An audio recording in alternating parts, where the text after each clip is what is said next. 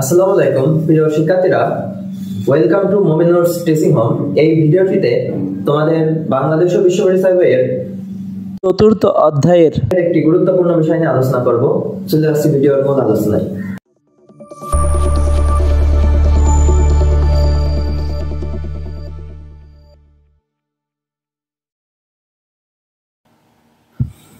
এই ভিডিওটিতে মিয়ানমারের জলবায়ুর গ্রীষ্মকাল নিয়ে আলোচনা করা হবে। তো চলে আসছি ভিডিওর মূল আলোচনায়।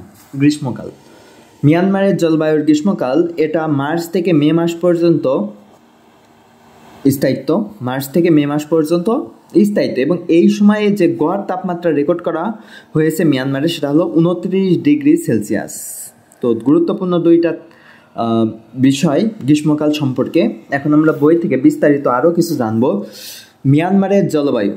মিয়ানমারের জলবায়ু ভারতীয় উপমহাদেশের সাথে সামঞ্জস্যপূর্ণ এবং ক্রান্তীয় মৌসুমি ধরনের। তাহলে মিয়ানমারের জলবায়ু ভারতীয় উপমহাদেশের সাথে অনেকটাই মিল আছে এবং ক্রান্তীয় মৌসুমি ধরনের হয়ে থাকে মিয়ানমারের জলবায়ু। তো এই অঞ্চলের জলবায়ুতে প্রধানত শীত, গ্রীষ্ম ও বর্ষা এই তিনটি আলাদা ঋতুর উপস্থিতি স্পষ্ট হয়ে থাকে। মিয়ানমারের জলবায়ু ঋতুভিত্তিক বৈশিষ্ট্য আলোচনা করা হলো। অর্থাৎ প্রথমত আমরা গ্রীষ্মকাল সম্পর্কে জানব।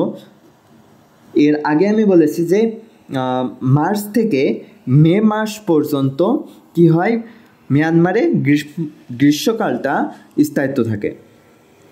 এ সময় দেশের অধিকাংশ স্থানে অত্যন্ত উত্তপ্ত থাকে। যেহেতু গ্রীষ্মকাল সেহেতু স্বাভাবিকভাবেই উত্তপ্ত থাকবে এবং এই সময় গড় তাপমাত্রা 29 ডিগ্রি সেলসিয়াসের কাছাকাছি চলে যায়। সূর্য উত্তর গোলার্ধে অবস্থান করে বিধায় এ সময় মধ্য এশিয়ায় বিরাট নিম্নচাপের সৃষ্টি হয় এবং এ সময় মৌসুমি বায়ু প্রবাহ শুরু হয়। মূলত গ্রীষ্মকালে মিয়ানমারের ভামতে 19 ডিগ্রি, মান্দালয়ে 32 ডিগ্রি সেলসিয়াস, ইয়াঙ্গুনে প্রায় 27 ডিগ্রি সেলসিয়াস তাপমাত্রা বিরাজ করে।